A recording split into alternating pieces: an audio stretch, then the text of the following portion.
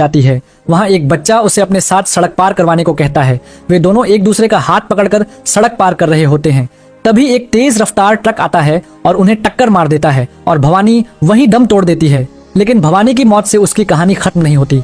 और ऐसा भी नहीं था कि भवानी का आज ही का दिन खराब था। भवानी की जिंदगी हमेशा से कुछ ऐसा ही चल रही थी। जब भवानी पैदा हुई तो उसका बाप अपने घर में तीसरी लड़की का जन्म देखकर रोने लगा। जब वह बाहर निकला तो उस पर बिजली गिर गई और वह मर गया। इसलिए उसकी माँ भी उससे नफरत करने लगी। जब वह बड़ी हुई तो उसके काले रंग के कारण उसे कोई पसंद नहीं करता था। सब उसका मजाक उड़ाते थे। केवल चैतन्य ही था जो उसे पसंद करता था और भवानी भी उसके साथ बहुत खुश रहती थी। पर एक दिन चैतन्य के पिता ने उन दोनों को साथ देख लिया और चैतन्य को पढ़ाई के लिए दिल्ली भेज दिया। भवानी अकेली ही रह गई। घर वालों ने अपने सर से भवानी का बोझ उतारने के लिए उसकी शादी करानी चाहिए, पर भवानी के काले रंग के कारण उसे कोई भी पसंद नहीं कर रहा था और कितने ही लड़के उसे देखने आए, पर कोई भी उससे शादी करने को तैयार नहीं था। एक रात उसके जीजा ने उसका फायदा उठाने की कोशिश की। भवानी ने सबको जगाकर जीजा की करतूत बताई तो उसने भवानी पर ही इल्जाम लगा दिया और उसकी बहन और माँ ने उसे घर से बाहर निकाल दिया। बेचारी असहाय भवानी शहर जाकर एक होटल में काम करने लगी। वहीं एक दिन उसे चैतन्य दिखा और चैतन्य भी उसे देखकर पहचान गया।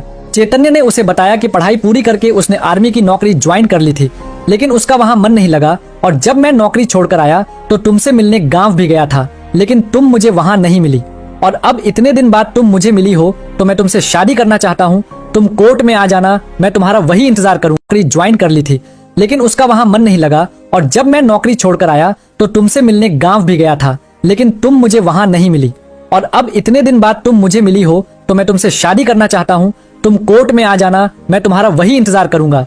भवानी की तो खुशी का ठिकाना नहीं था और वही दिन था जब भवानी सज धज के चैतन्य से शादी करने निकली थी।